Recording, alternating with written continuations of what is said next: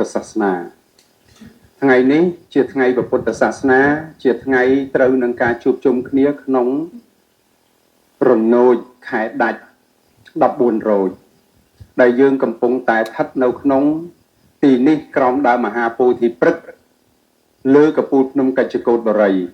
បងប្អូនលោកគ្រូសូមលើកយកបន្តិចអំពីភ្នំកិច្ចកោតបរិយដែលបានកសាងឡើងអស់រយៈពេល15ឆ្នាំដោយដៃផ្ទាល់អត់មានគ្រឿងចក្រគឺ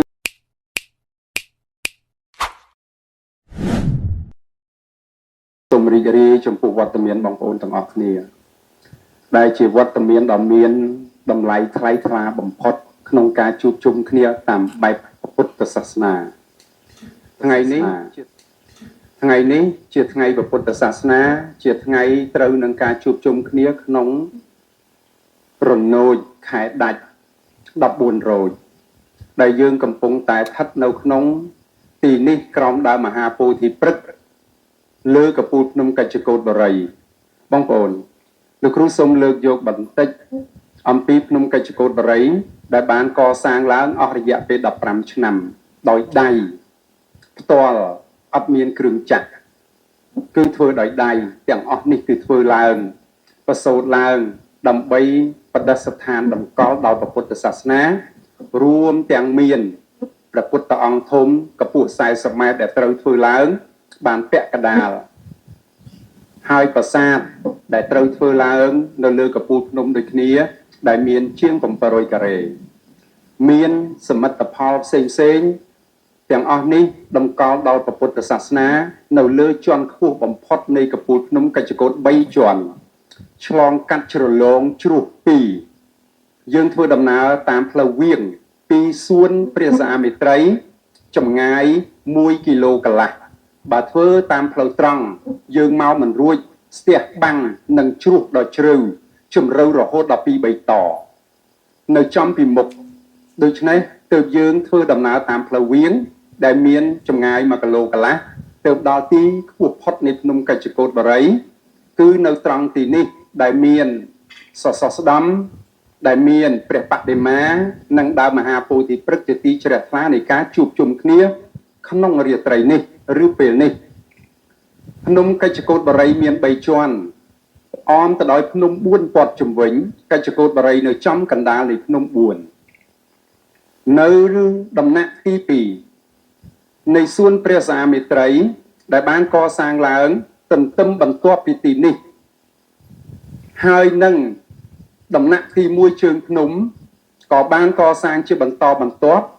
សរុបមកដល់ថ្ងៃនេះគឺមានប្រមាណ15ឆ្នាំដែលលោកគ្រូបានកសាងឡើងបន្ទាប់ពីលោកគ្រូបានលាចាកសិក្ខាបទ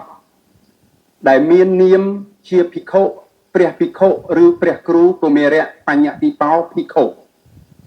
ការកសាងភ្នំនេះគឺតម្កល់ដល់ព្រះពុទ្ធសាសនាគឺជាការលះបង់មុនគេធ្វើដោយកម្លាំងធ្វើដោយដៃមិនមានគ្រឿងចក្រតែជាសំណាងមកដល់ថ្ងៃនេះនៅថ្ងៃម្សិលមិញគឺថ្ងៃសៅរ៍វេលាម៉ោង1:25នាទីភ្នំកិច្ចកោតបរិយ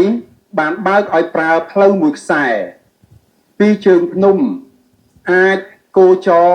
ឡានបើកឡើងភ្នំដឹកសម្ភារៈឬក៏ឲ្យពុទ្ធបរិស័ទឡើងបានតាមរយៈឡាននិងម៉ូតូផ្លូវនេះត្រូវបានលោកគ្រូកសាងឡើងហើយនឹងបើករបងឆ្លងកាត់នៅថ្ងៃម្សិលមិញគឺថ្ងៃសៅរ៍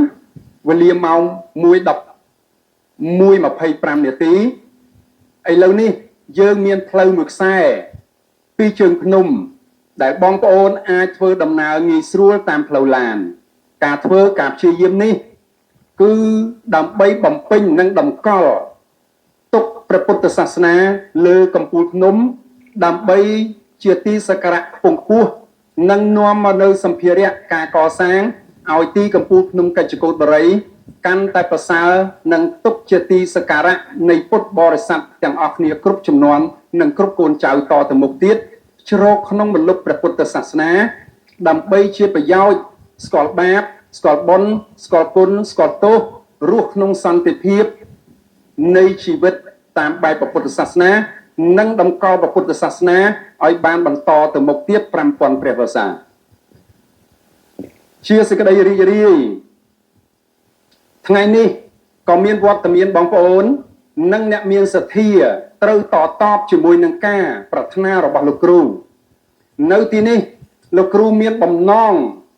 កសាងព្រះពុទ្ធបដិមាព្រះអង្គទ្រង់បាទមានប្រមាណ38ព្រះពុទ្ធរូបតំណាងមង្គល38ប្រការត្រូវនឹងម្ចាស់ទានមានសទ្ធាជ្រះថ្លាទទួលយកព្រះអង្គបណ្ឌបាតនៅថ្នាក់ខាងលើដែលបងប្អូនសម្លឹងមើលទៅឃើញព្រះពុទ្ធបណ្ឌបាតមានទំហំស្មើគ្នាដែលធ្វើចេញអំពីថ្មព្រះវិហារសុទ្ធសាធដើម្បីយកមកតម្កល់ចំនួនតែ38ទីនេះដើម្បីទុកជាទីប្រជុំនៃអិរិយាបថឬអាការៈនៃពុទ្ធក្នុងអិរិយាបថបណ្ឌបាតផងប្រសាទផងផ្សាញ់មាផងសមាធិផងហើយក៏ជាទីជ្រះថ្លាដើម្បីតម្កល់ទុកជារូបព្រះបដិមាឲ្យកូនចៅគ្រប់ជំនាន់ក្រោយបានឃើញនិងស្គាល់អំពីតម្លៃនៃព្រះពុទ្ធសាសនាក្នុងពុទ្ធកិច្ច5យ៉ាងដែលព្រះអង្គទ្រង់បណ្ឌបាតដូច្នេះលោកគ្រូសូមរីករាយចំពោះវត្តមានបងប្អូនក៏ដូចបងប្អូនទាំងអស់ទីព្រះពុទ្ធសាសនាគឺជាការជួបជុំគ្នាប្រកបដោយគុណធម៌ប្រកបដោយសិលធម៌គឺការគោរពនិងការបង្អោនអភិសេកចិត្តទៅនឹងការគោរពបូជាព្រះពុទ្ធព្រះធម៌និងព្រះសង្ឃនិងការគោរពដល់គុណជាតិគឺញាតិមាតាបិតាជាដើមទីនេះយើងឃើញមានវត្តមានព្រះពុទ្ធបដិមាតូចធំច្រើនអង្គរហូតជាងដល់153អង្គដែលមានតូចធំនៅទីនេះឯរូបភាពដែលយើងមើលចំពោះមុខយើងក្រងដោយស្បង់ជប៉ុននោះគឺតំណាងព្រះពុទ្ធបរិនិព្វានថ្មដាពីធម្មជាតិតែម្ដង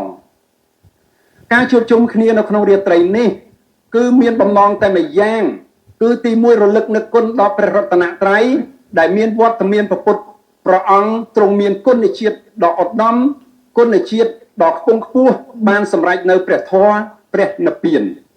និងការបូជាតម្កល់ចិត្តចំពោះព្រះធម៌ព្រះឱវាទតែម្យ៉ាងគត់ចំពោះព្រះដ៏មានប្រភិយដែលព្រះអង្គទ្រង់សម្ដែងធម្មវិសេសទេសនាផ្ដល់ឱវាទដល់ពុទ្ធបរិស័ទដើម្បីបង្វិលចក្រគឺព្រះធម៌នេះឲ្យវិលត្រូវតាមផ្លូវមគ្គ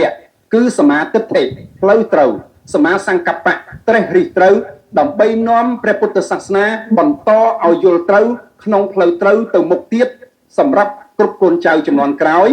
ផងដែរទីជួបជុំព្រះពុទ្ធសាសនាយើងទាំងអស់គ្នាមានឱកាសបង្កើតសំណួរធម្មសាកេឆានិងការសន្ទនាដើម្បីបង្កើតបញ្ញារកវិធីដើម្បីរលាស់ចេញអំពីទុក្ខនៃវាវត្តសង្ខារគឺសេចក្តីទុក្ខទាំង12កងដែលជាគ្រឿងសៅមងក្នុងជីវិតដើម្បីឲ្យបានទីផុតរលត់នៃសេចក្តីទុក្ខគឺសេចក្តីសុខបរមសុខគឺព្រះមហានិព្វានទាំងអស់គ្នាក្នុងថ្ងៃនេះពុទ្ធបរិស័ទទាំងអស់ដែលមានវត្តមានជាមួយភ្ញៀវការសក្ការៈបូជាជាច្រើនមុននឹងចាប់ផ្ដើមកម្មវិធីជាបន្តបន្ទាប់ដោយសពមួយដងលោកគ្រូក៏សូមលើកឡើងអំពី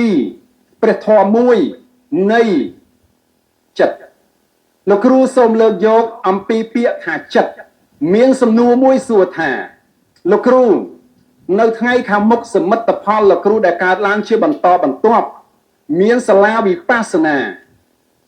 សូមលោកគ្រូជួយអធិប្បាយបញ្យល់បន្តិចអំពីអ្វីទៅដែលហៅថាចិត្ត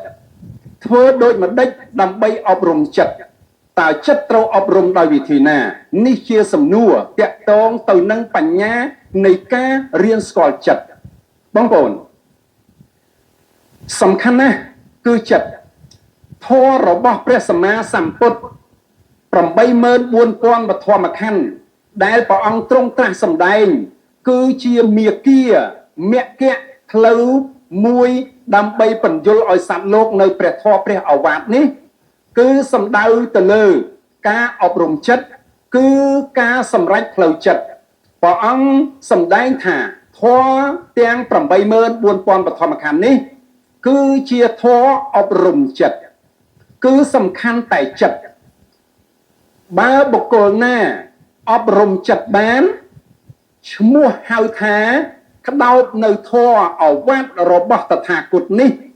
84000បឋមខណ្ឌហើយអញ្ចឹងការអប់រំចិត្តនេះសំខាន់យ៉ាងណា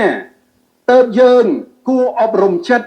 ឬក៏ការអប់រំចិត្តនេះធ្វើដោយវិធីណាតើបយើងអប់រំចិត្តបានបងប្អូនបើសំណួរសួរថាតើលោកគ្រូយើងអប់រំចិត្តដោយវិធីណាយើងតម្កល់ចិត្តដោយវិធីណាពីព្រោះចិត្តនេះវាស្ថិតនៅក្នុងសមាធិតួសមាធិគឺជាតួអប់រំចិត្តអញ្ចឹងអប់រំដោយវិធីណាទើបចិត្តរបស់យើងคล้ายទៅជាចិត្តអប់រំចិត្តហ្វឹកហាត់ដោយអរិយបុគ្គលដែលមានព្រះសង្ឃសាវកអគ្គសាវកមានព្រះពុទ្ធជាព្រះបរមគ្រូរួមជាមួយពុទ្ធសាវកទាំងអស់ក្នុងសម័យពុទ្ធលោកបានហ្វឹកហាត់អប់រំចិត្តខ្លាំងជាងគេក្នុងសម័យនោះការអប់រំចិត្តរបស់យើងទាំងអស់មានគ្រប់គ្នាតិចនិងច្រើនប៉ុន្តែយើងគួររៀនតាមសំណាក់ពុទ្ធសាសនាដោយវិធីណានោះគឺព្រះពុទ្ធបានចែងជាមាគ៌ផ្លូវយ៉ាងច្បាស់ដើម្បីបង្ហាញយើងឲ្យយើងនេះរៀនអប់រំចិត្តបើចិត្តរៀនអប់រំបានហើយយើងនឹងមានសេចក្តីសុខចេញពីចិត្តយើងនឹងមានសេចក្តីទុក្ខចេញពីចិត្តសុខនិងទុក្ខគឺវាចេញពីចិត្តអញ្ចឹងគួរអប់រំចិត្តដោយវិធីណានេះជាសំណួរអប់រំចិត្តដោយវិធីណាហើយវាមានផលប្រយោជន៍អីខ្លះក្នុងការដែលបុគ្គលអប់រំចិត្តដល់មនុស្សទាំងឡាយតើផលនៃការអប់រំចិត្តនេះវាជួយអីបានដល់សង្គមជាតិនេះសំណួរសួរមានប្រយោជន៍អីដល់សង្គមជាតិបងប្អូនមុននឹងលោកគ្រូឆ្លើយឲ្យត្រូវទៅតាមសភាវៈសូមបងប្អូនបើកសតៈគឺការស្ដាប់ឲ្យបានជ្រៅឲ្យស្របឲ្យច្បាស់គឺប្រមូលអារម្មណ៍ដើម្បីចាប់យកពាក្យថាអប់រំចិត្តនេះដោយវិធីណាលោកគ្រូសូមបើកវងកញ្ចក់សង្ខេបខ្លីបន្តិចអំពីពាក្យថាអប់រំចិត្តបងប្អូនចិត្តនេះវាមានទីរបស់វាមានទីតាំងរបស់ទីតាំងរបស់វាស្ថិតនៅក្នុងរូបរាងកាយរបស់បងប្អូនគ្រប់គ្នាវាជាសភាវៈធម្មជាតិនៅក្នុងខ្លួនចិត្តនេះបើយើងរាប់សរុបថាចិត្តមានប្រមាណវាមានដល់89ដួងបើលម្អិត121ដួងនេះបើនិយាយពីចិត្ត89ដួងនេះនិយាយពីចិត្តហើយបើលម្អិត121ដួងតើយើងចាត់ទុកថាចិត្តនេះវាមានថ្នាក់ដែរឬទេចិត្តនេះគឺមានថ្នាក់របស់វាមានភូមិ4របស់ថ្នាក់ចិត្តហើយចិត្តនៅក្នុងភូមិទាំង4ចិត្តបុគ្គលដែលបានអប់រំច្បាស់លាស់នោះវាចូលទៅដល់ចិត្តថ្នាក់ទី4ចិត្តទី4ភូមិទី4ដែលមានមគ្គ4ផល4និព្វានមួយនោះគឺជាថ្នាក់ចិត្តដ៏ខ្ពស់ហើយអញ្ចឹងវាឆ្លងរូបាវចរៈចិត្តវាឆ្លងតាមភូមិមួយរហូតទៅដល់ភូមិមួយឈ្មោះថាចិត្តក្នុងភូមិមួយគឺភូមិចុងក្រោយដែលមានមគ្គ4ផល4នោះឯងអញ្ចឹងព្រះសម្មាសម្ពុទ្ធព្រះអង្គសម្ដែងថាអរិយបុគ្គលទាំងឡាយអ្នកអប់រំចិត្តនោះចិត្តចូលទៅថ្នាក់ពិតប្រកបគឺសោតាបត្តមៈសោតាបត្តិផលសកតាគិមិមៈសកតាគិមិផលអរហត្តអនាគិមិមៈអនាគិមិផលអរហត្តមៈអរហត្តផលនេះទាំង8គឺជាថ្នាក់ចិត្តបើចិត្តនេះដល់ត្រឹមនឹងហើយគឺព្រះនិព្វានហើយចិត្តនឹងទីបញ្ចប់ហើយអញ្ចឹងចិត្តនេះបើយើងនិយាយទៅគ្រាន់តែលម្អិតពាក្យចិត្តខ្លីឲ្យយល់ប៉ុណ្ណឹងចិត្តនេះវាមានរហូតដល់89ដួងវាសរុបជាលម្អិតរហូតដល់121ដួងតែចិត្តនោះដូចម្ដេចខ្លះតើចិត្តនោះវាកម្រើកយ៉ាងម៉េចខ្លះតើចិត្តវាមានហេតុផលយ៉ាងម៉េចខ្លះសូមបងប្អូនស្ដាប់អំពីមូលហេតុនៃការអប់រំចិត្តនិងផលវិបាករបស់ចិត្តនេះពិបាកអប់រំពីព្រោះអីចិត្តដែលវាកម្រើកលុះត្រាតែមានទ្វាធ្វើឲ្យចិត្តកម្រើកវាចូលទៅដល់ចិត្តសភាវៈណាដែលនាំឲ្យចិត្តដឹងនាំឲ្យចិត្តឃើញនាំចូលទៅក្នុងចិត្តនាំឲ្យចិត្តដឹងចិត្តឃើញនាំចូលក្នុងចិត្តការដឹងដោយចិត្តនេះ គេហៅថាវិញ្ញាណអញ្ចឹងបងប្អូនត្រូវតែយល់អំពីវិញ្ញាណនេះវាជាអ្នកនាំគ្រឿងដឹងចូលទៅចិត្តអញ្ចឹងបើគ្មានវិញ្ញាណទេវាអត់នាំចូលទៅចិត្តទេវិញ្ញាណនេះឯងប្រែថាដឹងវិញ្ញាណប្រែថាគ្រឿងដឹងហ្នឹងវានាំចូលទៅចិត្តបើសិនគ្រឿងដឹងមិនមានទេចិត្តក៏វាអត់កម្រើកដែរតើគ្រឿងដឹងពាក្យថាគ្រឿងដឹងជាវិញ្ញាណនេះមានប្រមាណវិញ្ញាណនេះក៏រាប់ចូលចំពោះចិត្តដែរវាជាគ្រឿងនាំទៅចិត្តនាំឲ្យចិត្តកម្រើកអញ្ចឹងវានាំតាមណាទៀតបាននាំចូលទៅក្នុងវិញ្ញាណនេះដឹងលុះត្រាតែប៉ះគ្នាភ្នែកប៉ះនឹងរូបវាដឹងរូបស្អាតរូបអាក្រក់បើភ្នែកមិនប៉ះនឹងរូបទេវាអត់មានមគ្គនឹងផលកើតឡើងទេវាមិនប៉ះទៅកិច្ចគ្នាទេគ្រឿងដឹងវាអត់កើតការមិនកើតគ្រឿងដឹងចិត្តនោះក៏វាមិនកម្រើកដែរអញ្ចឹងចិត្តកម្រើកពីព្រោះតែមានគ្រឿងដឹងវាដឹងតាមរយៈទី1គឺទ្វារភ្នែកដែលបងប្អូនសម្លឹងទៅប៉ះនឹងរូបទៅផ្ទប់នឹងរូបបើភ្នែកឃើញរូបល្អរូបអាក្រក់ធ្វើឲ្យចិត្តនឹងវាកម្រើកតាមរយៈទ្វារវិញ្ញាណគឺការដឹងអញ្ចឹងបើរូបអាក្រក់មនុស្សលោកគិតថាអាក្រក់មានចិត្តសៅមងក្នុងចិត្តមានចិត្តក្រោកគ្រៀតមានអកុសលចិត្តជាដួងមានកុសលចិត្តជាដួងអញ្ចឹងចិត្តវាចាប់ផ្ដើមកម្រើកដោយសារគ្រឿងដឹងការដឹងនេះវាជាវិញ្ញាណគឺវិញ្ញាណនេះកើតចេញពីភ្នែកនៅក្នុងនឹងគេហៅថាចក្ខុវិញ្ញាណគឺវិញ្ញាណដែលមើលឃើញតាមភ្នែកដែលបើកចំហនាំចូលទៅតាមវិញ្ញាណចូលទៅដល់ចិត្តចាប់ផ្ដើមកម្រើកបើគ្មានភ្នែកទេមិនប៉ះនឹងរូបទេវាអត់មានដឹងតាមរយៈរូបទេរូបត្រូវបានបាត់រូបត្រូវបានមើលមិនឃើញតាមរយៈភ្នែកអ្នកមានបញ្ញាបើកភ្នែកមើលគឺត្រូវប្រើប្រាស់ភ្នែកឲ្យคล้ายទៅជាការដឹងត្រឹមត្រូវឲ្យត្រូវជាការយល់ត្រឹមត្រូវនាំការដឹងឲ្យចិត្តដើម្បីចិត្តនេះប្រកបដោយកុសលអញ្ចឹងទ្វាភ្នែកវាទៅប៉ះនឹងរូបបើមិនប៉ះវាអត់ដឹងទេតែជាវាទៅប៉ះនឹងសម្លេងបើអត់ប៉ះសម្លេងវាអត់ដឹងដល់ចិត្តទេរាល់ថ្ងៃប៉ះសម្លេងគ្នាទៅវិញទៅមកដូចចេះទឹកដាក់គ្នាល្អអាក្រក់មិនបែងចែកដោយបញ្ញានាំចូលទៅក្នុងចិត្តតាមរយៈវិញ្ញាណឬសោតវិញ្ញាណទេចក្ខុវិញ្ញាណទេយកការដឹងចូលទៅក្នុងចិត្តមានតែការក្តៅក្រហាយព្រោះតែហេតុបច្ចុប្បន្នទ្វាទី2គឺសោតគឺត្រចៀកបើត្រចៀកមិនប៉ះនឹងសម្លេងទេគឺគ្មានដឹងទេការដឹងនេះគឺដឹងចេញអំពីត្រចៀកតាមរយៈសោតវិញ្ញាណហើយវានាំវិញ្ញាណទៅបុកចូលដល់ខ្សែចិត្តបង្កើតឲ្យចិត្តនេះកម្រើកយកដួងជាកុសលនិងអកុសលចឹងចិត្តនេះវាមានថ្នាក់របស់វានៃការអប់រំតើបយើងរៀនអប់រំចិត្តនេះទ្វាមាន2ទ្វាទាំងអស់មាន6កាយនេះបើវាមិនប៉ះនឹងសម្ផស្សសម្រស់បើមិនប៉ះនឹងសម្លៀកបំពាក់ទេវាអត់ដឹងទេវាដឹងច្បាស់ណាស់សម្រាប់កាយទ្វាកាយគឺវាប៉ះសើមគឺដឹងថាសើមទោះបីបិទភ្នែកក៏ដឹងថាសើមវាប៉ះក្តៅដឹងថាក្តៅទោះបីបិទភ្នែកក៏ដឹងថាក្តៅពីព្រោះកាយវាមានខ្សែវិញ្ញាណនាំចូលទៅក្នុងចិត្តដូចគ្នារាល់ថ្ងៃក្តៅក្រហាយពីព្រោះតែការប៉ះរបស់ល្អ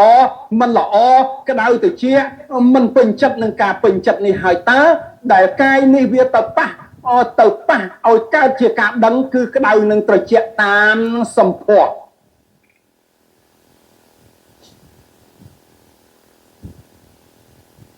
ដូច្នេះទ្វាកាយក៏នាំនៅវិញ្ញាណក៏នាំចូលទៅក្នុងចិត្តចឹងគ្រឿងដឹងនាំទៅឲ្យចិត្តជាអ្នកកម្រើកអញ្ចឹងនៅសល់3ទៀតទ្វាមโนគឺទ្វានៃព្រះធម៌អង្គុយគិតអង្គុយពិចារណាឃើញធម្មជាតិក្នុងចិត្តបិទភ្នែកក៏ឃើញរឿងរ៉ាវទាំងឡាយក្នុងសង្សារវដ្តពធល្អពធអាក្រក់យកមកពិចារណាអាណាល្អចូលមកក្នុងចិត្តណាមិនល្អក្តៅទៅជាធម្មជាតិនៃមโนវិញ្ញាណនេះគឺវិញ្ញាណនេះឯងមโนវិញ្ញាណនាំទៅក្នុងចិត្តនឹករឿងចុះនឹករឿងឡើងក្តៅក្រហាយចូលចិត្តនេះទ្វាទី4គឺទ្វាចិត្តទ្វាទី5គឺខៀនអ្នកច្រមុះបើច្រមុះធំក្លិនអាក្រក់តាមច្រមុះ ឬខៀនអ្នកវិញ្ញាណគឺគ្រឿងដឹងតាមច្រមុះវិញ្ញាណប្រែទៅគ្រឿងដឹងចូលទៅក្នុងចិត្តចាប់ផ្ដើមក្តៅក្រហាយក្លិនអាក្រក់ខឹងជេរគេជាឯងកើតជាអកុសលក្នុងដួងចិត្តក្លិនមិនល្អក៏ខឹងហើយចុះលោកនេះល្អណាស់អាក្រក់វាកើតឡើងដោយសារតែយើងនឹងឯតាបង្កើតក្លិនដោយសារតែយើងបង្កើតកោបដោយសារតែយើងក្លិនមានគ្រប់យ៉ាងទាំងអស់បើបងប្អូនមិនទទួលក្លិនទេគឺបិទខៀននេះបិទក្លិនបិទច្រមុះមិនឲ្យវាចូលទៅមានន័យថាវាអត់ដឹងដល់ចិត្តទេអញ្ចឹងទ្វាច្រមុះវាប៉ះទៅនឹងក្លិនវាមានទ្វាវាបង្កើតបើអត់មានទ្វាវាអត់មានគ្រឿងដឹងមកពីណាទេរាល់ថ្ងៃដឹងតាមទ្វានឹងឯងទ្វាទី6ដឹងតាមអីបងប្អូនមាត់នេះបើបានតែឆ្ងាញ់ពេញចិត្តណាសរសើរណាបើបានដឹងថាមិនឆ្ងាញ់សឹងតែបោកប្រាស់កំតិចចោលគិតតែពីឆ្ងាញ់មិនគិតអំពីប្រៀបធៀបប្រែប្រួលគិតអំពីផលវិបាកបើបងប្អូនយកទ្វាមាត់ទៅជាការដឹងខឹងដឹងស្អប់នេះចិត្តបងប្អូនคล้ายទៅជាមនុស្សចិត្តអរត់អរាយបើចិត្តអរត់អរាយហើយបងប្អូនមិនវិលត្រឡប់មករៀនអប់រំខ្លួនដែលមានទ្វាទាំង6តាមរយៈការដឹងវិញ្ញាណចូលទៅក្នុងចិត្តទេបងប្អូនតើបងប្អូនអប់រំដោយវិធីណាអញ្ចឹងអប់រំចិត្តគឺអប់រំវិញ្ញាណអប់រំវិញ្ញាណត្រូវអប់រំវិញ្ញាណប្រែតែគ្រឿងដឹងគឺអប់រំវិញ្ញាណតតែមកអប់រំទ្វាទាំង6ភ្នែកនឹងល្មមបានហើយមើលឃើញល្អអាក្រក់វិនិច្ឆ័យសភាវៈអាក្រក់គឺអញ្ចឹងឯងសភាវៈល្អអញ្ចឹងឯងកុំនាំទៅខូចចិត្តកុំបញ្ចូលទៅបើវាដឹងដល់ចិត្តហើយចេះពិចារណាធ្វើម៉េចចិត្តយើងកុំឲ្យវាកើតជាអកុសលនឹងហើយបានមនុស្សលោកមើលមិនឃើញអាក្រក់បំផុតគ្មានអ្វីជាងខ្មោចព្រាយបិសាចទេនឹង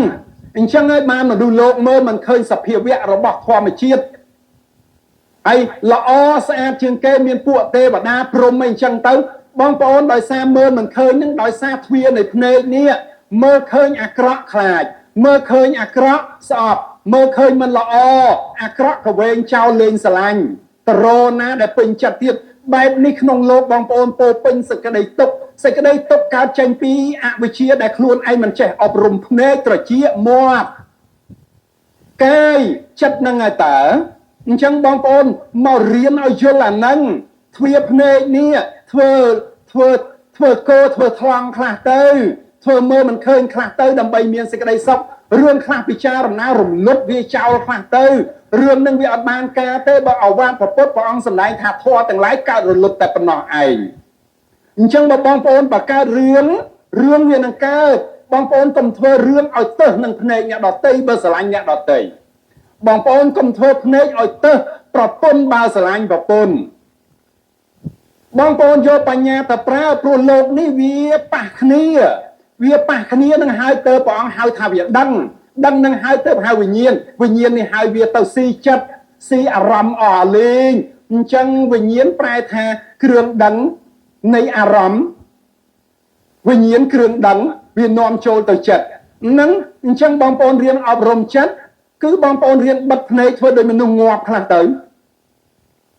បើងាប់ហើយអ្នកណាទៅដាស់បងប្អូនឲ្យបើកភ្នែកបើងាប់ហើយអ្នកណាធ្វើឲ្យយើងលឺបើងាប់ហើយអ្នកណាឲ្យក្រៅដៃក្រៅជើងពេលខ្លះរៀនពិចារណាលើអសពហ្នឹងហើយព្រះអង្គឲ្យពិចារណាលើអសពខ្លះទៅពីព្រោះសភាវៈហ្នឹងគឺអញ្ចឹងឯងកើតចាស់ឈឺស្លាប់បើចាស់ស្អាតមិនមែនហៅថាចាស់ទេកណាត់សម្ពុតសម្លៀកបំពាក់មនុស្សចាស់វាមិនស្អាតហើយបងប្អូនស្រឡាញ់តែស្អាតផ្លាស់តាមវិបលាស់ចិត្តរតែស្អាតរហូតបងប្អូនហើយរបដិញតាមស្អាតអបនិហិតៈបដិញតាមបដិញឯណាចិត្តបងប្អូននៅតែមានបដិញមួយនៅមួយទៀតបងប្អូនបដិញតាមមានបដិញយ៉ាងម៉េចព្រោះចិត្តបើចិត្តនឹងនឹកឃើញថាមានវាស្ងប់ហើយចិត្តនឹកឃើញថាប៉ុណ្ណឹងមិនទាន់មានចិត្តនៅតែមិនទាន់មានចិត្តបើឃើញប៉ុណ្ណឹងស្អាតថាប៉ុណ្ណឹងស្អាតទេទទួលតែបើប៉ុណ្ណឹងមិនទាន់ស្អាតព្រោះតែចិត្តវានៅចិត្តទាំងអស់នេះបនិហិតៈការបដិញតាមអីអ និមិត្តបដិញតាមនិមិត្តឃើញស្អីល្អយកតែល្អនិមិត្តឲ្យឃើញបែបនេះនិមិត្តឲ្យឃើញបែបនោះវាគ្រាន់តែជានិមិត្តនៃបញ្ញាឲ្យបងប្អូនចេះពិចារណាក្នុងទ្វាទាំង6អញ្ចឹងរៀនអប់រំចិត្តគឺរៀនអប់រំវិញ្ញាណអប់រំវិញ្ញាណគឺមកពិនិត្យមើលគ្រឿងដឹងតាមទ្វានៃបត្តកិច្ចភ្នែកមើលឃើញអីវាប៉ះស្អីកុំចាប់អារម្មណ៍ពេកយកអារម្មណ៍ពេកព្រោះអារម្មណ៍ណាជាគ្រឿងដឹងតាមវិញ្ញាណបាទនេះបងប្អូនសួរមករៀនអាហ្នឹងរៀនតែប៉ុណ្ណឹងឈ្មោះថាវិបស្សនាហើយយកមកពិសោធន៍ភ្លាមហើយឲ្យបានជ្រៅជាងនឹងទៀតបើបងប្អូនឃើញប៉ុណ្ណឹងឃើញច្បាស់ប៉ុណ្ណឹងអង្គុយអនុវត្តសមាធិអង្គុយពិចារណាអំពីតែភ្នែកមួយបានហើយយកភ្នែកជាគ្រូមួយបានហើយតែជាវាដូចតែភ្នែកដែរទេទ្វាតែផ្លូវសិតតែទ្វាចូលចិត្តទេបើរំលត់ភ្នែកបានរំលត់តិចបានហើយបើរំលត់តិចបានរំលត់ចិត្តបានហើយអញ្ចឹងពិចារណារឿងភ្នែកនឹងពីថ្ងៃនឹងទៅភ្នែកនឹងឃើញល្អឃើញអាក្រក់បើភ្នែកណាចេះពិចារណាភ្នែកនឹងមានសិលហើយคล้ายទៅជាចក្ខុទិដ្ឋព្រះអង្គមានចក្ខុទិដ្ឋមើលអីបានតាមចិត្តពីព្រោះភ្នែកអត់អន្តរាយទៀតទេចង់ឃើញខ្មោចចង់ឃើញសម្ោចមកយោជបានទឹកចក្ខុសម្រាប់បុគ្គលដែលបដិបត្តិផ្នែកចិត្តនឹងរហូតទៅដល់លោកុត្តរចិត្តបងប្អូនចង់ឃើញអីឃើញនឹងចូលបងប្អូនអប់រំចិត្តអត់បានផងឃើញខ្លាចឃើញភ័យឃើញតក់ស្លុតឃើញស្អប់ឃើញស្រឡាញ់បែបហ្នឹងតើបងប្អូនអប់រំអត់នេះមនុស្សលោកីប្រែថាចម្រើននឹងវិនិច្ឆ័យពាក្យថាលោកីកើតហើយស្លាប់អញ្ចឹងបងប្អូននេះសូមបងប្អូនពិចារណាត្រឹមតែឲ្យកើតបញ្ញាចក្ខុមួយរឿងការដឹងតាមរយៈភ្នែកប៉ះទង្គិចវាជាកើតគ្រឿងដឹងបងប្អូនពិចារណាពិនិត្យមើលភ្នែកនឹងប៉ះអញដឹងរឿងអីខ្លះចិត្តអញមិនខ្លះតែប៉ុណ្្នឹងពិចារណាប៉ុណ្្នឹងអង្គុយធေါ်ប៉ុណ្្នឹងយល់ដឹងប៉ុណ្្នឹងចិត្តស្ងប់ហើយអូចិត្តអញនេះវាវង្វេងចិត្តអញនេះច្បោកច្បល់តាមមើលឃើញតើចិត្តអញច្បោកច្បល់មិនស្ងប់តាមមើលឃើញនឹងតើចិត្តអញច្បោកច្បល់មិនស្ងប់តាមការឮនឹងតើចិត្តអញច្បោកច្បល់តាមការមិនស្ងប់ដោយសារតែការដឹងរលឹកនឹកឃើញអារឿងល្អអាក្រក់នឹងតើតាមធម៌នឹងតើរលឹកមួយថ្ងៃធម្មជាតិនៃអារម្មណ៍សមុទយៈនឹកសម័យមិនចេះចប់ពីអតីតបច្ចុប្បន្នអនាគតអូនិយាយពីច្បល់នៅក្នុងទ្វានៃចិត្តនឹងនាំទៅឲ្យមโนខ្សែវិញ្ញាណមโนវិញ្ញាណនេះចូលទៅក្នុងចិត្តកម្រើក្តៅកាហាយរឿងចាស់តាំងពីប្រហែលឆ្នាំមុនឆ្លោះគ្នាយកមកនិយាយសារដើមឆ្លោះសារថ្មីអានឹងអញ្ចឹងបងប្អូនរៀនអង្គុយបន្តិចមករៀនអញខ្សោយបញ្ញាផ្លូវចិត្តអញខ្សោយបញ្ញាផ្លូវចក្ខុអញខ្សោយបញ្ញាតាមសោតៈអញខ្សោយបញ្ញាតាមទ្វាកាយពិចារណាទៅបងប្អូនរៀនអង្គុយវាអត់មានគ្រឿងសៅម៉ងទៀតទេបើអប់រំវាបានហើយបើអប់រំវាបានបងប្អូនយល់ឈ្មោះថាកើតបញ្ញានោះហើយបញ្ញានឹងកាន់តែល្អិតមែនតើហើយបើបងប្អូនមានបញ្ញាវិញ្ញាណនឹងវាត្រូវតាមមគ្គវាហើយវិញ្ញាណចូលមគ្គវាហើយវាកើតបញ្ញាចូលមគ្គនឹងមិនវិញ្ញាណមើលឃើញសភាវៈពិតយ៉ាងម៉េចល្អជាសភាវៈរបស់ធម្មជាតិអាក្រក់វាជាសភាវៈរបស់ធម្មជាតិល្អណាស់អាក្រក់វាគូនឹងគ្នាខ្មៅនឹងសវាគូនឹងគ្នាគ្រាន់តែធរចាស់នឹងក្មេងជាគូនឹងគ្នាគ្រាន់តែថ្មីនឹងចាស់អញ្ចឹងសក់ស្កូវនិងសក់ខ្មៅវាជាគូនឹងគ្នាគ្រាន់តែសក់ស្កូវនិងសក់ខ្មៅវាជាគូវាត្រូវតែកើតឡើងពេញកម្លាំងរបស់វារលត់ទៅវិញនេះហៅលោកីពាក្យលោកីព្រះអង្គសម្ដែងថាកើតរលត់ទៅវិញយ៉ាងកេញជាសមុទ្យធម្មងសัพពន្តាំងតរត់និរតធម្មន្តិធម្មជាតិណាមួយមានកិរិយាកើតឡើងជាធម្មតាធម្មជាតិទាំងអស់នោះមានកិរិយារលត់ជាធម្មតាគ្មានស្អីមិនរលត់ទេផ្លែឈើរបស់របររលួយលើកំណត់คล้ายទៅជាអាហារខ្មោចអាហារព្រាយអាហារបិសាចអាហារអ្នកមានបញ្ញាក្រៅហុយកត់សម្គាល់គ្របល្អការពារសុខភាពអនាម័យតែលើសពីនឹងคล้ายជាអាហារដង្កូវអាហារខ្មោចអាហារព្រាយនោះវាបែងចែកអាហារទៀតតែអញ្ចឹងណាបងប្អូនមើលឃើញខ្មោចមើលឃើញអាក្រក់ធ្វើម៉េចសភាវៈអាក្រក់វាកើតមកតាមបច្ច័យកម្មឲ្យឃើញល្អសភាវៈល្អវាកើតមកតាមបច្ច័យកម្មនៃល្អវាជាសភាវៈធម្មជាតិអាត្មាអញក៏ដូចគ្នា អានឹងឲ្យមានបញ្ញាវិលត្រូវផ្លូវត្រូវហើយវិលចូលមាក់ហើយវិលចូលវាពិតប្រកបនៃច្បាប់ធម្មជាតិវាអញ្ចឹងឯងបើអញ្ចឹងឯងវិញ្ញាណណាដែលវិលចូលមាក់ត្រឹមត្រូវវិលចូលផ្លូវត្រឹមត្រូវផ្លូវណាដែលបកគលពិចារណាឃើញត្រឹមត្រូវមានតែ8គត់និងផ្លូវវិញ្ញាណមានតែ8ទេដែលផ្លូវត្រូវលើសប៉ុណ្ណឹងខុសហើយមគ្គមានតែ8ទេអថង្គិកមគ្គមានតែ8ទេដែលវិញ្ញាណនឹងប្រើបានត្រឹមត្រូវទី1គឺការដឹងត្រូវគឺហៅថាសម្មាទិដ្ឋិ1ការត្រេះរិះត្រូវគឺហៅថាសម្មាសង្កប្បៈ2ការតម្កល់ចិត្តត្រូវឈ្មោះហៅថាសមាសមាធិការព្យាយាមត្រូវឈ្មោះហៅថាសមាវាយាមៈការតម្កល់សតិត្រូវឈ្មោះថាសមាសតិការចិញ្ចឹមជីវិតត្រូវសមាអាជីវោការងារត្រូវសមាកមន្តោសម្ដីត្រូវសមាវាចា8ហ្នឹងគឺអស់ហើយអង្គុយគិតរឿងវិញ្ញាណអស់តែ8ហ្នឹងឯងវិញ្ញាណប្រកបដោយបញ្ញាត្រូវគឺសមាទិដ្ឋិវិញ្ញាណប្រកបដោយការដឹងត្រូវគឺសមាសង្កប្បៈនេះមគ្គវិវលចេញពីវិញ្ញាណទៅរកផ្លូវត្រូវអាហ្នឹងចាប់ផ្ដើមត្រូវហើយព្រះអង្គលោកថាអ្នកណាឃើញប៉ុណ្ណឹងអាហ្នឹងកើតបញ្ញាត្រូវហើយអញ្ចឹងអថង្គិកមគ្គទាំង8ហ្នឹងឯងហើយ8ហ្នឹងសរុបមកបានតែ3គត់សមាសង្កប្បៈនិងសមាទិដ្ឋិបង្កើតតួបញ្ញាគឺកើតបញ្ញាសមាវាចាសមាកមន្តោសមាអាជីវោបង្កើតតួសិលសមាសមាធិសមាសតិសមាវិញ្ញាមៈបង្កើតតួសមាធិទាំង3ទាំងនឹង3នឹងកើតចេញពីផ្លូវ8គឺសិលសមាធិបញ្ញាចូលផ្លុកក្នុងផ្លូវសិក្ខាសមាធិបញ្ញានឹងឯងអ្នកមើលឃើញផ្លូវត្រូវមានតែ3នឹងគត់យកមកអនុវត្តរៀនសមាធិរៀនបង្កើតបញ្ញារៀនកាន់សិល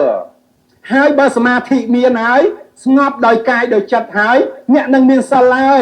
ហើយបើអ្នកនឹងមានសិលល្អហើយបញ្ញាកើតឡើងហើយព្រោះសមាធិនាំឲ្យកើតបញ្ញាសមាធិនាំឲ្យកើតបញ្ញាការតម្កល់ចិត្តនឹងនាំឲ្យកើតបញ្ញាបញ្ញានាំឲ្យកើតសេចក្តីល្អគឺសិលគឺសេចក្តីល្អសិលវាកើតចេញពីបញ្ញាបញ្ញានាំឲ្យកើតសិលនាំឲ្យធ្វើទៅជាតម្កល់ចិត្តត្រូវតម្កល់កាយត្រូវសមាធិសិលសមាធិបញ្ញាបាត់អាណាមួយអត់បានទេក្នុងត្រៃសិក្ខារបស់ព្រះសម្មាសម្ពុទ្ធបើមានសមាធិត្រូវតែកើតបញ្ញាបើកើតបញ្ញាត្រូវតែមានល្អសិលអញ្ចឹងសិលកើតចេញពីបញ្ញាបើគ្មានបញ្ញាប្រព្រឹត្តសិលត្រូវទេអបោសថានេសច្ឆិយតពោភិសិតមទាំងទេនវតាជានតបសតារហតាសម្មាសម្ពុទ្ធេអ្នកព្រះអង្គកំណត់សិលនេះដូចជាបុគ្គលគ្មានគោស្គាល់គោបើមិនស្គាល់គោទេបុគ្គលមិនអាចរក្សាគោបានទេស្គាល់គោស្គាល់សិលស្គាល់ល្អស្គាល់អាក្រក់អញ្ចឹងសិលកើតចេញពីបញ្ញាណាគ្មានបញ្ញារក្សាសិលមិនបានទេអញ្ចឹងបានធ្វើមករកសមាធិដើម្បីបង្កើតបញ្ញាសិលសមាធិបញ្ញាដោយដៃលាងដៃដោយជើងលាងជើងជួយគ្នាទៅវិញទៅមកអានេះចាប់ផ្ដើមរៀនណានោះហើយបើបងប្អូនមានអានឹងហើយបងប្អូនចាប់ផ្ដើមមានបញ្ញាធ្វើសិលហើយបើបងប្អូនមានសិលហើយមានអំពើល្អហើយសិលមានអីខ្លះបងប្អូនយល់ហើយល្អសង្គមហើយសិលមិនសម្លាប់កើតសង្គមហើយមិនថាពុទ្ធសាសនាមិនជួយសង្គមសិលមិនឲ្យមានការសម្លាប់មួយសិលមិនឲ្យមានការលួចទ្រព្យទេចឹងក្នុងនគរយើងគ្មានណាលួចទ្រព្យទេគ្មានណាសម្លាប់ទេមិនចាំបាច់ភ័យប្រពន្ធកូនឡើងភ្នំចុះភ្នំមិនចាំបាច់ភ័យមានអ្នកណាសម្លាប់ទេតែអត់សិលនឹងតែខ្វះបញ្ញាដែលសម្លាប់អញ្ចឹងសិលនាំឲ្យមិនមានការសម្លាប់គ្នាពិភពលោកនឹងសុខសន្តិភាពជីវិតនឹងថ្លៃថ្លាអត់មានភ័យខ្លាចការសម្លាប់អញ្ចឹងសិលកើតហើយសិលនាំឲ្យជួយដល់សង្គមជាតិនាំឲ្យមានមិត្តភាពនាំឲ្យមានការទុកចិត្តគ្នាមិនមានការកាប់សម្លាប់គ្នាអញ្ចឹងសុខសប្បាយសន្តិភាពទេបើមិនមានការកាប់សម្លាប់បងប្អូនសុខសប្បាយអត់បាទសុខទាំងខ្លួនយើងសុខទាំងអ្នកដទៃអញ្ចឹងសិលនាំឲ្យជួយសង្គមបានអត់សំណួរហ្នឹងបាទ ព្រះពុទ្ធសាសនាជួយសង្គមឲ្យមានសន្តិភាពអញ្ចឹងទី1มันមានការសម្លាប់សាឡាយទី2มันមានការលួចទ្រព្យបងប្អូនទុកណាអត់បានទេក្នុងកិច្ចកោតបរិយមិនដែលស្គាល់ពាក្យបាត់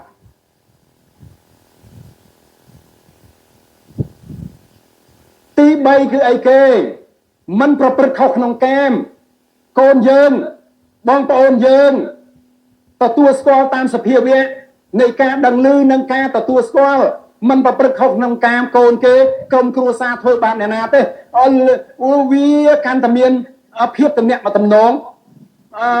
កាន់តែមានមេត្រីភាពដល់គ្នានឹងគ្នាចុះបើការប្រព្រឹត្តខុសក្នុងកាមរំលោភបំពានតើទំនាក់ទំនងការអាស្រ័យការជួបការទុកចិត្តគ្នាមានអត់គឺអត់មានទេអត់មានសេចក្តីសុខក្នុងសង្គមទេនេះព្រះពុទ្ធវាទនៃសន្តិភាពនិងការប្រព្រឹត្តក្នុងកាម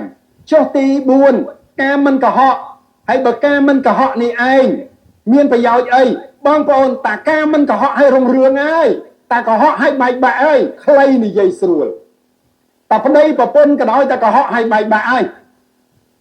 មិនបាច់ទៅប្រទេសជាតិទេអ្នកណាកុហកខ្ញុំអត់ថាទេខ្ញុំនិយាយអំពីពាក្យកុហកឲ្យតែមានការកុហកបើមានការកុហកមានការមិនជឿបើមានការមិនជឿមានន័យថាមិនទុកចិត្តបើមានការមិនទុកចិត្តមនុស្សទាំងឡាយបែកគ្នាជាក្រុមជាហ្វូងអញ្ចឹងគ្មានទេសេចក្តីសុខគ្មានទេសច្ចធម៌អញ្ចឹងអត់មានសច្ចៈទេបើអញ្ចឹងសង្គ្រាមកើតចេញពីការនិយាយមិនពិតនឹងឯតារាល់ថ្ងៃសង្គ្រាមពិភពលោកនិយាយមិនពិតដីនេះដីនោះដែលនេះដែលនោះភ្នំនេះភ្នំនោះប្រាសាទនេះប្រាសាទនោះនិយាយមិនពិតឯណាអ្នកពិតទៅជាមិនពិតអ្នកមិនពិតទៅជាមិនពិតសង្គ្រាមច្បាំងគ្នារវាងពិតនិងមិនពិតរាល់ថ្ងៃរកការពិតឃើញនៅបើនៅតែមិនឃើញច្បាំងគ្នាតតែឃើញអ្នកណាព្រមបកលអ្នកណាព្រមឲ្យចិត្តបដោយអត់មានសច្ចភាពតើនេះបងប្អូនអញ្ចឹងសង្គ្រាមរាល់ថ្ងៃសង្គ្រាមពាក្យថាมันមានសច្ចៈហើយរាល់ថ្ងៃសង្គ្រាមនឹងចាំបាច់ពិភពលោកឬប្រទេសស្អីតែគ្រួសារនឹងឆ្លោះគ្នារហូតឲ្យតែគ្មានសច្ចៈគ្មានពាក្យពិតអញ្ចឹងសិលហ្នឹងវាមានប្រយោជន៍ទេដល់សង្គមទេដល់បងប្អូនទាំងអស់គ្នាទេបងប្អូនយកអនុវត្តមើលបងប្អូនកុហកមើលគេចូលចិត្តអត់ហើយបងប្អូននិយាយពិតមើលគេចូលចិត្តអត់ចាប់ផ្ដើមធ្វើមើលបងប្អូនយល់ទេមួយទៀតគឺគ្រឿងស្រវឹងគឺគ្រឿងវង្វេងអា4នោះវាដាច់ដោយសារតែអា5នឹងក៏ថាបានដែរបើបងប្អូនស្រវឹងហើយភ្លេចតែទាំងអស់ទី5អញ្ចឹងបើមានអំណងបងប្អូនទាំង5យ៉ាងនេះយើងគ្មានសេចក្តីសុខទេបាត់អស់ហើយអញ្ចឹងវិលមកបង្កើតបញ្ញារួបរวมគ្នាវិញចាំធ្វើអីធ្វើទៅមានរឿងមួយក្នុងអតីតកាលរបស់ព្រះបរមពោធិសត្វព្រះអង្គកើតក្នុងកំណើតពវេស្សន្តរសាងទានបារមីពីព្រោះព្រះអង្គមានបញ្ញាអាណិតសត្វលោកនិងអាណិតសត្វទាំងឡាយអាស្រ័យដោយអាហារមើលឃើញសត្វលោកខ្វះខាតនៃបរិជាដែលមានបុណ្យគឺពវេស្សន្តរនិងនាងមេត្រីនៃនគរជាតិតដនៃព្រះបាទស្រីចិញ្ចៃជាប្របីតាមានទ្រព្យសម្បត្តិច្រើនមើលឃើញភាពវេទនានៃនគរការខ្វះខាតពវេស្សន្តរដាក់ទានបារមីជាតិពវេស្សន្តរធ្វើទានបារមីដោយប្រឹងដោយព្យាយាមបំផុតរហូតលះបង់មហាបរិច្ចាគ5ចរិយា3ចូលលះរហូតបំផុតទៅនៅព្រៃហេមពានទៅលះចិត្តមួយទៀតជាទានឲ្យកូនទាសាទាស័យទៀតនេះមួយដោយសារមានបញ្ញាមើលឃើញសភាវៈក្នុងជាតិមួយទៀតតេមយៈធ្វើអធិដ្ឋានបារមីដោយសារតេមយៈមានបញ្ញាដឹងតាមវិញ្ញាណមើលឃើញសភាវៈពិតថាការគ្រប់គ្រងនេះនាំឲ្យមានអកុសលបើខ្វះបញ្ញានាំឲ្យសត្វលោកអន្តរាយនាំឲ្យមនុស្សរងទុក្ខការគ្រប់គ្រងដោយមិនប្រកបបញ្ញាគឺការបៀតបៀនបាត់បង់សិលទស្សពិតរាជធម៌ធ្វើឲ្យមនុស្សអន្តរាយអកុសលធម៌នាំឲ្យមនុស្សមានសេចក្តីទុក្ខលំបាកវេទនាជាទោសមើលឃើញថាអានឹងជាទោសអានឹងជាការខឹងអានឹងជាការស្អប់របស់ព្រះពោធិសត្វមេតយៈតេមយៈមើលឃើញថាការគ្រប់គ្រងនេះមិនស្រួលទេការគ្រប់គ្រងនេះ มันละอเต้น้อมเอาเมียนตึกบักขวาปัญญาน้อมไอ้อะก็ซอเลยจัดนั้นครบสังกัดเมียนบ้าเมียนเตอเตไม่เยะบานเธออธิทานบารไม่กำนัดจัดอธิทานแปลថាอธิភាសាបាលីអតិប្រែថាខ្លាំងឬចម្បងឋានៈប្រែថាឋានការតម្កល់ចិត្តដ៏ខ្ពស់មួយបដិញ្ញាថាអាត្មាអញនឹងធ្វើអធិដ្ឋានចិត្តខ្លួនឯងថាអញនឹងធ្វើជាមនុស្សគោថ្លង់នេះតែមិនអធិដ្ឋានចិត្តអញនឹងធ្វើជាមនុស្សគោថ្លង់ដាក់កំណត់ខ្លួនឯង16ឆ្នាំនេះតែមិនកំណត់ថាអញធ្វើគោថ្លង់ពីព្រោះការឃើញការដឹងនិងការក្រងរាជគួរឲ្យខ្លាចការក្រងរាជអញ្ចឹងទេមិនកំណត់ធ្វើជាមនុស្សគោថ្លង់មិនដឹងមិនលឺ16ឆ្នាំតាំងពីកើតឡើងរហូតអាយុ16ឆ្នាំដើរក៏មិនដើរធ្វើខ្វិននេះអធិដ្ឋានកំណត់ចិត្តទេមិនកំណត់ធ្វើខ្វិនតាំងពីដឹងក្តីទូចមកគឺទេមិនមានបញ្ញាខ្លាចក្រងរាជខ្លាចដឹកនាំវាចូលក្នុងអកុសលបាបនៃចិត្តអកុសលមានបញ្ញាដឹងចិត្តនេះកំណត់ដឹងថាបាបចិត្តចាប់ផ្ដើមកំណត់ថាអាត្មាអញធ្វើអធិដ្ឋានបារមីដោយកំណត់ចិត្តឲ្យបានខ្ពស់ថាអញនឹងធ្វើខ្វិនជារៀងរហូតមួយទេមិនធ្វើខ្វិនមេដាបៃតាជាមហារាជមានសម្បត្តិដ៏ច្រើនអត់មានអាណាក្រងរាជចង់ឲ្យកូនក្រងរាជឯទេមិនខ្លាចរាជបំផុតពីព្រោះខ្លាចគ្រប់គ្រងមិនត្រឹមត្រូវធ្លាក់នរកពីព្រោះទេមិនធ្លាប់ធ្លាក់នរកច្រើនឆ្នាំបញ្ញាឃើញធ្លាប់ធ្លាក់នរកធ្លាប់ក្រងរាជក្នុងជាតិមួយមុនកន្លងមកទៅអញ្ចឹងធ្វើខ្វិនហើយការតាំងចិត្តធ្វើខ្វិននេះមិនមែនមួយថ្ងៃពីរថ្ងៃទេបើនិយាយតាមកពី16ឆ្នាំហើយធ្វើគោហើយខ្លាំងស្ដាប់មិនលឺនិយាយមិនកើតអស់រយៈពេល16ឆ្នាំមេដាបៃតាចាក់សៀតសោករោគគ្រូពិនិត្យវាស់មើលគ្រប់យ៉ាងឃើញថាកូនល្អកូនគ្រប់លក្ខណៈចុះហេតុអីបាននិយាយមិនកើតដើរមិនរួចព្រោះជើងនឹងវាអត់មានអាការៈខ្វិនទេតែមិនច្បាំងដោយអធិដ្ឋានកំណត់ចិត្តតម្កល់ចិត្តខ្ពស់ថាខ្លួនអញខ្លាចបាបខ្លួនអញមានបញ្ញាខ្លួនអញខ្លាចអកុសលគ្រប់គ្រងមិនបានគ្រប់គ្រាន់នាំឲ្យអន្តរាយតែមិនសុខចិត្តមិនក្រងរាជខ្លាចរាជធ្វើទុកខ្លួនឯងតម្កល់អធិដ្ឋានកំណត់ចិត្តខ្លួនឯងអស់16ឆ្នាំមេដាបៃតាអស់សង្ឃឹមបៃតាឲ្យយកទៅសម្លាប់ចោលយកទៅសម្លាប់ហើយនៅតែមិនមាត់មិនកទៀតធ្វើគោថ្លង់បានទៀតនេះបរមពោធិសត្វព្រះពុទ្ធនៃយើងរហូតដល់ចុងក្រោយចូលព្រៃផុតស្រឡះទៅទេមីនិយាយថាណែមនាលពេជ្ជឃាតអ្នកយកយើងមកទីនេះបំរុងកប់បំរុងលុបវាយសម្លាប់យើងតើយើងមានកំហុសអីពេជ្ជឃាតថាព្រះអង្គបិតាប្រើមកឲ្យសម្លាប់ពីព្រោះព្រះអង្គគោព្រះអង្គថ្លង់ព្រះអង្គខ្វិន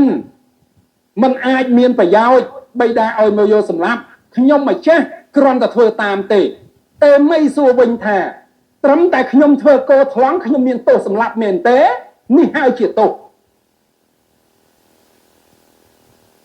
ត្រឹមតែខ្ញុំធ្វើគោថ្លង់ត្រឹមតែខ្ញុំមិននិយាយពីព្រោះខ្ញុំខ្លាចបាបទេមិនពោលប៉ុណ្ណឹងចាប់ពីម៉ោងហ្នឹងទេមិនកំណត់ថាយើងនឹងត្រូវចាប់ផ្ដើមធម៌មួយទៀតគឺនេកមៈចូលព្រៃហើយចេញបួសហើយមិនវិលត្រឡប់ទេមិនចេញបួសចាប់តាំងពីហ្នឹងហៅថានេកមៈបារមីចេញចាកអញ្ចឹងបងប្អូនបញ្ញានេះគឺជាការលះបង់ខ្ពស់ណាស់បញ្ញានេះគឺជាការមើលឃើញជ្រៅទៅនឹងសភាវៈពិតនេះឯងដែលជាតួវិបស្សនាអញ្ចឹងបងប្អូនបើមិនបានអប់រំចិត្តទេតើបងប្អូនអាចជោគជ័យដូចម្ដេចបាននេះប៉ុណ្ណឹងសូមបងប្អូនយកទៅពិចារណា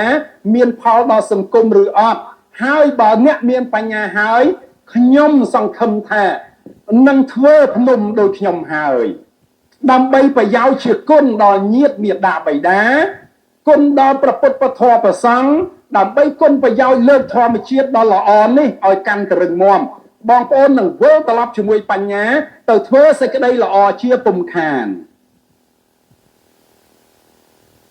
បងប្អូននឹងហ៊ានលះបង់ឡើងភ្នំបងប្អូននឹងហ៊ានធ្វើគំរូបងប្អូននឹងធ្វើគុណជាតិដើម្បីប្រយោជន៍ដល់ញាតិមាតាបិតាក្នុងចរិយា3មហាបរិច្ចាគ5ទើបផលនៃគុណជាតិនេះបានគ្រប់អានិសង្សសម្រាប់ដល់ការត្រាស់ដឹងបើបញ្ញាកើតឡើងហើយអវិជ្ជារលត់អវិជ្ជាជាគ្រឿងទុកអវិជ្ជាជាតួអកុសលបើអវិជ្ជារលត់តណ្ហារលត់ហើយព្រះនិព្វានគឺសេចក្តីសុខនឹងកើតមានហើយតណ្ហានិងអវិជ្ជាមានកម្លាំងធំណាស់បិទទ្វារព្រះនិព្វានព្រះនិព្វានគឺច្បាំងជាមួយតណ្ហានិងអវិជ្ជាតណ្ហាប្រែថាប្រាថ្នានឹងការចង់បានមិនចេះចប់ទេចង់បានឮមិនចង់បានអញ្ចឹងឃើញមិនចង់បានអញ្ចឹងឃើញអាក្រក់អត់ចង់បានទេចង់បានតែល្អនេះឯតណ្ហា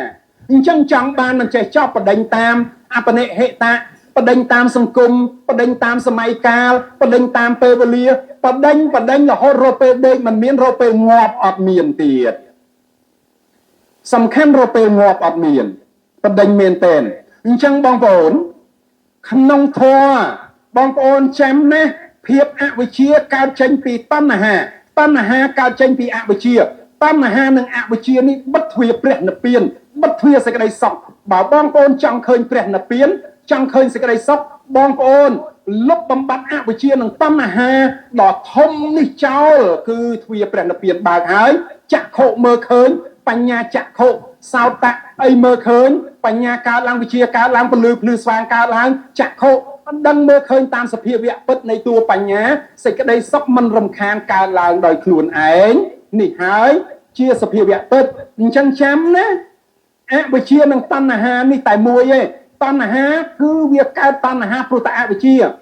ជានាំឲ្យកើតតណ្ហាប្រែថាការជាប់ជំពាក់ព្រោះតែអវិជ្ជាអត់ដឹងថានឹងស្អីចង់បានតាមចិត្តលោកនេះបើបងប្អូនចង់បានតាមចិត្តពោពេញក្តោយសេចក្តីទុកវាប្រឆាចនឹងសេចក្តីសុខបើចង់បានសេចក្តីសុខរំលត់ទុកទើបសុខកើតបើរំលត់ទុករស់តាតែរំលត់អវិជ្ជារំលត់តណ្ហាមានតួនាទីបិទទ្វារព្រះនិព្វានដ៏ធំបំផុតសត្វលោកអញ្ចឹងតណ្ហានេះសំខាន់ណាស់សម្រាប់បងប្អូនរំលត់វាបើរំលត់តណ្ហាបានហើយនោះជាទីបញ្ចប់ទើបព្រះពុទ្ធឱវាទពោលថាថ្ងៃដែលព្រះអង្គត្រាស់ដឹងក្រោមដើមមហាពោធិព្រឹក្សព្រះអង្គសម្ដែងថាអនេកជាតិសង្សារੰសធាវិសੰអនុបសង្កហរੰកវេសន្តោកាលពីអង្គអញតថាគតអន្តោក្នុងវាវត្តដ៏សង្ខារអស់ច្រើនអសង្ខ័យកោតកប្បាតែងបានទុក្ខារជាតិភពតណ្ហានេះឯងជាជាងផ្ទះតថាគតយល់ច្បាស់ក្នុងចិត្តសុខបានដឹងបានឃើញដោយសពគ្រប់អ្នកឈប់សង់ផ្ទះទៀតបានហើយចឹងជំនីនឹងដំបូលនេះត្រូវអញកាច់បំបាក់ឥតសល់ឡើយចិត្តតថាគតបានដល់ត្រៃគឺអស់តណ្ហាហើយគឺចូលព្រះនិព្វានអញ្ចឹងតណ្ហាខ្ទប់ព្រះនិព្វានខ្ទប់ដោយតណ្ហាសូមបងប្អូនបើកទ្វារបញ្ញារលាស់ទុកដោយខ្លួនឯងកសាងព្រះកសាងវិហារកសាងភ្នំមិនស្មើនឹងកសាងខ្លួនឯងទេកសាងខ្លួនឯងឲ្យមានបញ្ញាព្រះកើតក្នុងចិត្តវិហារកើតក្នុងចិត្តមេត្តាកើតក្នុងចិត្តបងប្អូនជាអរិយបុគ្គលហើយជាអ្នករលាស់ចាកខ្លួនចេញអំពីវិលវត្តដ៏សំខាន់នេះហើយនឹងឈ្មោះទៅកាន់ទីរលត់ទុកគឺព្រះនិព្វានជាពុំខានទីបញ្ចប់អេវ៉ាំងមហត្តកាំងលោកេរតនតិយមុត្តមੰអេតេនសៃចវាយជើងសមាទេវាបវៈសតុក្នុងលោកនេះមានតែប្ររតនត្រ័យជាទីពឹងទីរលឹកពុំមានរតនៈឯណាមួយក្នុងលោកប្រសើរជាងពុទ្ធរតនៈធម្មរតនៈសង្ឃរតនៈដោយកិរិយាពលពាក្យសច្ចៈសូមសេរីសួស្តីកើតមានដល់យើងខ្ញុំទាំងអស់គ្នាសូមអនុមោទនាបងប្អូនយល់ទេមកពីភ្នែកមើលប៉ះទៅនឹងរូបបានវាកើតដឹងធ្វើឲ្យចិត្តកំរើកយល់ទេបងប្អូនមកពីតិចផ្ទុកនឹងសំឡេងឮទៅឲ្យកើតការដឹងខឹងដល់ចិត្តមែនទេអីមកពីកាយនេះវាប៉ះនឹងសើមប៉ះនឹងសម្ផស្សវាប៉ះនឹងហើយទៅវាឲ្យដឹងដល់ចិត្តកំ រើដល់ចិត្តនោះវាមានមូលដ្ឋានរបស់វា89ដួងបើចង់សិក្សាលម្អិតសូមមកសិក្សាហើយបដិបត្តិមិនខ្វះទេកន្លែងជូនភ្នំមួយកន្លែងណាក៏អង្គុយបានដែរទៅសោតទៅលោកគ្រូអ្នកជួយបញ្យល់បងប្អូនព្រមបើមកប្រាក់មិនបាច់ប្រាប់លោកគ្រូទេអង្គុយធប់បើលោកគ្រូមិនដឹងថាអ្នកឯងព្រមទេមិនបាច់ធ្វើលោកគ្រូទេអ្នកឯងពិសោធន៍ទៅបើខ្មោចសកត់មួយអាទិត្យពីរអាទិត្យមកសួរខ្ញុំបើលោកគ្រូមិនដឹងថាអានឹងមានធម៌ពលអីសកត់ទេមិនបាច់ថាខ្ញុំដឹងទេមិនបាច់មកប្រាប់ខ្ញុំទេពីព្រោះអានឹងជាធម៌ពលវាជាកម្លាំងនៃរាសីក្រៅក្នុងវាជាធម៌ពលនៃវិញ្ញាណល្អវិញ្ញាណអាក្រក់ទៅតាមហេតុបច្ច័យអញ្ចឹងបងប្អូនអាគ្រឿងដឹងនេះព្រះអង្គលោកត្រាស់ដឹងថាមានវិញ្ញាណទេវតាមានវិញ្ញាណរកប្រែខ្មោចព្រាយវិសាយព្រះអង្គដឹងចុះហេតុអីយើងមិនដឹងបងប្អូនឆ្ងល់ទេសម្ោចដាក់ស្គរនរណាក៏វាទៅរកឃើញតែមិនក៏វាដឹងម្លេះភ្នែកវាណោះឬក៏វាដឹងដោយញៀនឬក៏ដឹងដោយក្លិនដាក់ទៅសាកពិសោធន៍ជាមួយសម្ោចទៅរកមកយប់នឹងមិនដឹងមកពីណាទេបរិវេណនឹងគ្មានសម្ោចទេស្អែកឡើងសម្ោចពេញក៏វាដឹងមកម្លេះចុះយើងហេតុអីបានបាត់ការដឹងដោយសារយើងមិនប្រើប្រាស់គ្រឿងដឹងឲ្យបានត្រឹមត្រូវគឺការដឹងអំពីវិញ្ញាណដែលមានបញ្ញារោគទីបំផុតគឺអនុត្តរសម្មាសម្ពោធិញ្ញាណថ្នាក់វិញ្ញាណមាន9ទី1អ្នកកាំងសៈកាំងឧមអរហង្គរៀន9អ្នកខ្លះមានវិញ្ញាណទី6អ្នកខ្លះមានវិញ្ញាណទី7ទី8ទី9គឺនិព្វានហើយអញ្ចឹងអ្នក4ផល4នឹងឯងដែលជាភាសាបរមត្ថភាសាថ្នាក់អញ្ចឹងបងប្អូនណាបងប្អូនក្នុងលោកនេះព្រះពុទ្ធទ្រង់ត្រាស់ដឹងញាណបពេនិវេសានុសតិញាណចតុបបតញ្ញាណអសវខយញាណអនុត្តរញាណព្រះអង្គដឹងអំពីទេវតាព្រំនៅក្នុងញាណបលិនឡើងទៀបភ្លឺព្រះអង្គប្រមាលមើលញាណនៃនិស័យសត្វចូលនៅក្នុងសម្មាសម្ពោធិញ្ញាណមើលសត្វណាមានកំណត់ចិត្តខ្លាំងជាងគេចិត្តខ្ពស់តថាគតនឹងទៅកាន់សត្វនោះដែលមានចិត្តខ្ពស់ជាបរិសតមសារថីទៅជូនបរោះនោះអ្នកនោះដែលប្រាថ្នានោះឲ្យដល់ត្រើយព្រះអង្គទ្រង់ប្រមាលមើលសម្មាសម្ពោធិញ្ញាណចំពោះសត្វព្រះអង្គទ្រង់ដឹងញាណសត្វណានឹកដើមដល់នឹកដើមមិនដល់បងប្អូនយល់ទេបើមិនទាន់យល់សូមយកពេលវេលាមួយសប្តាហ៍ឬកន្លះសប្តាហ៍មកសិក្សាលោកគ្រូកសាងផ្លូវឡើងភ្នំបានហើយលោកគ្រូអ្នកធ្វើផ្លូវឡើងភ្នំបាទពីជើងភ្នំមកហើយនឹងមានបកគោលភ្លើងមានផ្លូវមានកំផែងរនាំងបិទមិនមែនចេញចូលតាមតែចិត្តទេអ្នកអត់មានសទ្ធាអត់មានអំពើល្អអ្នកមិនទាន់យល់មិនមែនជាបរិស័ទមមិនមែនជាបរោះល្អមិនមែនអ្នកប្រាថ្នាសូមបិទទ្វារអត់ឲ្យចូលទេព្រះអង្គក៏លោកធ្វើរឿងនឹងដែរព្រះអង្គសង្គ្រោះតែបរិស័ទមសារថីគឺដល់បរោះអ្នកណាដែលមានសេចក្តីប្រាថ្នាចំពោះព្រះអង្គអញ្ចឹងភ្នំកិច្ចកោតបរិយសូមលើកយកតែញាតតែម្យ៉ាងគត់ដើម្បីជាប្រយោជន៍សេចក្តីសុខដល់ភ្នំកិច្ចកោតបរិយដែលលោកគ្រូបួសអស់រយៈជាង20ឆ្នាំហើយកសាងភ្នំ13 15ឆ្នាំមកនេះទើបតែកើតផ្លូវក្នុងថ្ងៃម្សិលមិញនេះហើយនឹងចាប់ផ្ដើមអនុវត្តគឺការបង្រៀនថ្នាក់វិបស្សនានៅពេលខាងមុខអញ្ចឹងសូមរីករាយអរគុណចំពោះអរិយទ្រព្យរបស់បងប្អូនលោកគ្រូសូមសរសើរទី1ដោយធម៌គឺបងប្អូនមានសត្តៈធននឹងគឺកើតជាតិនេះមានទ្រព្យមួយគឺការស្ដាប់នេះជាទ្រព្យទី1គឺការស្ដាប់ព្រះអង្គថានឹងទ្រព្យអ្នកខ្លះអត់ស្ដាប់ទេយើងអត់យកកើតទេបើស្ដាប់ហើយនាំឲ្យបុគ្គលនឹងមានបញ្ញាធនៈទ្រព្យទី2គឺកើតមកមានបញ្ញាជារបស់ខ្លួនមកហើយទី2គឺបញ្ញាជាទ្រព្យបើមានបញ្ញាជាទ្រព្យហើយកើតចេញពីការស្ដាប់កើតបញ្ញាជាទ្រព្យហើយបញ្ញាជាទ្រព្យនាំឲ្យមានសទ្ធាយ៉ាងប្រកបសទ្ធាប្រែថាបញ្ញាជាអ្នកកំណត់ជឿជាក់ច្បាស់អញ្ចឹងសទ្ធាប្រែថាការជាក់ច្បាស់អញ្ចឹងបងប្អូនមានការជាក់ច្បាស់ថាធ្វើបុណ្យបានបុណ្យបងប្អូនជាក់ច្បាស់ថាព្រះពុទ្ធមានគុណព្រោះព្រះអង្គសាងគុណនឹងក្រៃបងប្អូនជឿជាក់ថាមេត្តាបិតាប្រកបដោយគុណទៅអាចចិញ្ចឹមយើងបាននោះការជឿជាក់បែបហ្នឹងទៅធ្វើបុណ្យសទ្ធានៃការជឿជាក់នេះ4យ៉ាង5យ៉ាងទៀតអញ្ចឹងបងប្អូនមានសទ្ធាគឺការជឿជាក់សទ្ធាប្រែការជឿជាក់ បងប្អូនជឿជាក់ហើយបងប្អូនស្គាល់អំពើល្អគឺមានមួយទៀតគឺសិលធនៈមានសិលជាទ្រព្យអញ្ចឹងអ្នកខ្លះកើតមកមានសិលជាទ្រព្យទី1សតៈធនៈទី2បញ្ញាធនៈទី3សទ្ធាធនៈទី4ចូលដល់បញ្ញាធនៈមានបញ្ញាជាទ្រព្យមកបងប្អូនមានបញ្ញានាំឲ្យមានសិលជាទ្រព្យទី4ទី5បើមានសិលជាទ្រព្យស្រឡាញ់អំពើល្អស្រឡាញ់សិលហើយនាំឲ្យមានសេចក្តីខ្មាស់បាបហិរិធនៈសេចក្តីខ្មាស់បាបជាប់ខ្លួនឈប់សាងបាបខ្មាស់បាបចឹងហិរិធនៈ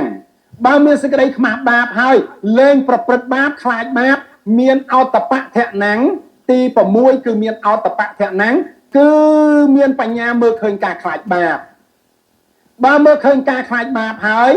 លះបង់គ្រប់យ៉ាងបង្កើតសទ្ធាធ្វើអ្វីគ្រប់យ៉ាងគឺចាគៈហ៊ានលះបង់ដើម្បីតែខ្លាចបាបនោះឯងអញ្ចឹងទី7គឺមានចាគៈឋានៈនេះបងប្អូនចាគៈអញ្ចឹងបងប្អូនមានសតៈមានការស្ដាប់បងប្អូនមានបញ្ញារួចបាត់បងប្អូនមានសទ្ធាជាក់ច្បាស់ឥឡូវនេះលោកគ្រូបាននាំព្រះមកមានគាត់អ្នកទទួលព្រះនឹងបាទឥឡូវនេះគាត់មានសទ្ធាតែលោកគ្រូអត់មានបខំទេព្រោះបខំមិនពុទ្ធសាសនាមិនរេងគៀឃោសនាលើកតាំងខ្លួនបខំលោកគ្រូដាក់15ឆ្នាំហើយ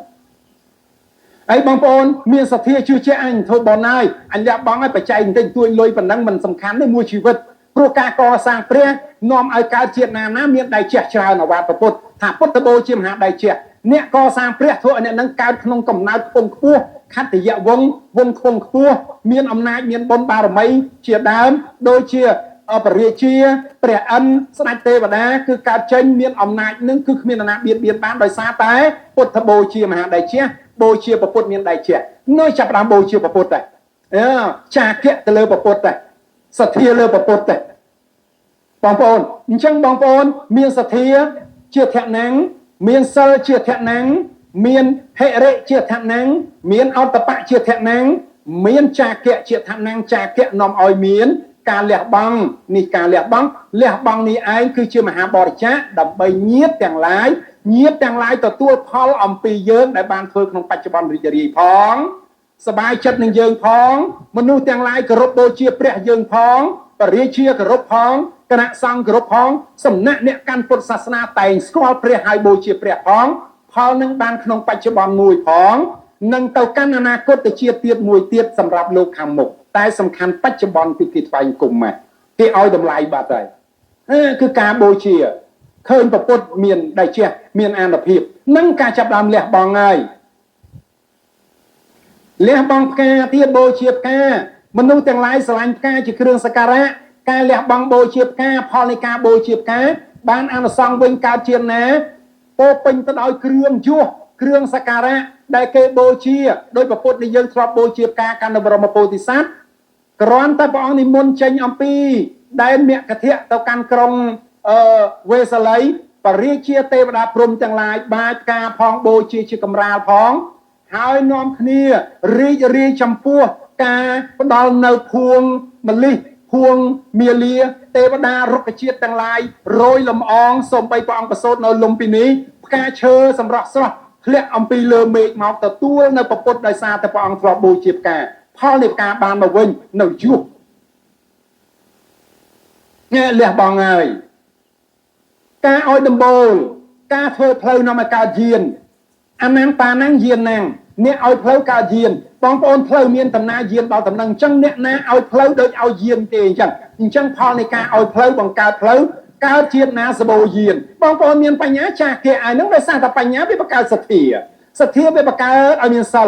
លបង្កើតឲ្យមានសេចក្តីខ្មាស់បាបហើយមិនធ្វើបាបទៅប្រព្រឹត្តចាគៈដើម្បីប្រយោជន៍អញ្ចឹងបងប្អូនធម៌វាអាស្រ័យគ្នាដូចច្រវាក់បដិច្ចសមោបាតៈអញ្ចឹងសូមអរគុណចំពោះសតៈនៃការស្ដាប់របស់បងប្អូនទាំងអស់គ្នាក្នុងសំណាក់គ្រូណាមិនសំខាន់ទេសំខាន់បងប្អូនយល់ស្ដាប់បានអត់សំខាន់បងប្អូនយល់សំខាន់បងប្អូនបដិបាទសំខាន់បងប្អូនមានតិចកុំបតោងជាប់អារម្មណ៍ចិត្តយល់នៅបងប្អូនយល់អត់បើយល់មានប៉ុណ្ណឹងចោះលោកគ្រូសូមប៉ុណ្ណឹងជូនពរបងប្អូនឲ្យសម្រេចបាននូវមគ្គផល គ្រប់យ៉ាងវាកើតមានបច្ច័យកម្មរបស់វាមគ្គនឹងផលបងប្អូនស្ដាប់សូមឲ្យកើតផលនេះសូមឲ្យមានបញ្ញាឲ្យបងប្អូនចាក់ធ្លុះនៅអរិយមគ្គថ្នាក់នៅព្រះនិព្វានរួចចាក់ទុកអនាគតតនព្រះពុទ្ធព្រះសាមេត្រីដែលព្រះអង្គរងចាំទទួលសត្វលោកចុងផែនដីមុននឹងពេលផែនដីឆេះអស់ប្រមាណជាង400,000លានឆ្នាំសត្វណាដែលមានឧបនិស្ស័យនឹងព្រះអង្គសូមឲ្យការតនព្រះសាមេត្រីស្ដាប់ធម៌មួយអាតមួយបាតមួយគាថាភ្ជាប់និស្ស័យនឹងព្រះអង្គពីបច្ចុប្បន្ននេះដោយការស្ដាប់ពធយកទៅបដិបត្តិវងរបស់ព្រះពុទ្ធនឹងជួបព្រះពុទ្ធម្ដងទៀតគឺព្រះសាមេត្រីនេះនៅខាងចុងនៃផែនដីឲ្យបានសម្រេចមគ្គផលគឺព្រះនិព្វានរួចចាក់ទុកទាំងអស់គ្នាទៅតាមសេចក្តីប្រាថ្នារៀងៗខ្លួនសូមអនុមោទនាបាទលោកគ្រូសូមចូលរួម